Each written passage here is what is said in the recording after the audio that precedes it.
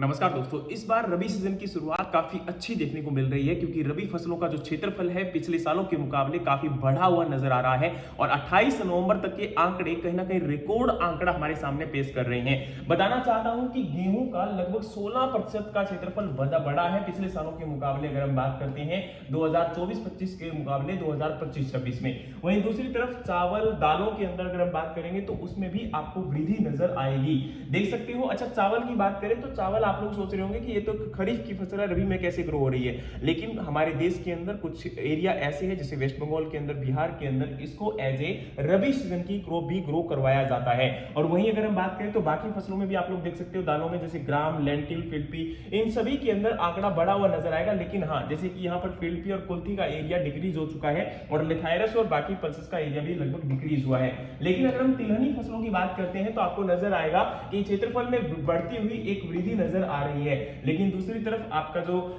यहाँ पर ग्राउंडनट का क्षेत्रफल है, जो कि ग्राउंडनट वैसे तो खरीफ क्रॉप है लेकिन रबी में भी कुछ एरिया में इसको ग्रो करवाया जाता है। दूसरी तरफ अगर हम सी अन्ना या कोरस सीरियल्स की बात करेंगे यानी कि मिलेट्स की बात करेंगे तो इनका भी क्षेत्रफल आपको बढ़ता हुआ नजर आएगा और ये भी सभी फसलों के अंदर। तो अपने आप में एक आंकड़ा यहाँ पर रिकॉर्ड को कायम कर रहा है। और दूसरी तरफ इस बार रबी जो सीजन की बुआई है वो इतनी अच्छी होने के कई कारण है। पहला कारण है कि जो हमारा मानसून सीजन के दौरान बारिश अच्छी हुई थी उसकी नमी अब भी हमारी जमीन के अंदर बची हुई थी और उस नमी की वजह से आपकी बुआई का क्षेत्रफल बढ़ पाया। दूसरी तरफ हमारा जो बीज है वो अच्छी गुणवत्ता का उपलब्ध हो पा रहा है जिसकी वजह से भी क्षेत्रफल बढ़ता हुआ नजर आ रहा है। तीसरा ये कह सकते हो, मूल्यों में अगर स्थिरता आती है तो आने वाले समय में इसकी उम्मीद करते हुए किसानों ने इस क्षेत्रफल को बढ़ाने की कोशिश की है। इससे आपको क्या लगता है कि आने वाले रबी सीजन के अंदर किसानों को एक अच्छा यहाँ ये कह सकते हो रिटर्न मिलेगा कि नहीं मिलेगा, या हो सकता है कि आने वाले सीजन के अंदर यानी कि हमारे अपकमिंग डेज में अगर कोई मौसम की खराबी रहती है तो हो सकता है कि उत्पादन के ऊपर फर्क पड़े, वरना तो रिकॉर्ड क्षेत्रफल के साथ साथ रिकॉर्ड हमारा उत्पादन भी हो सकता है।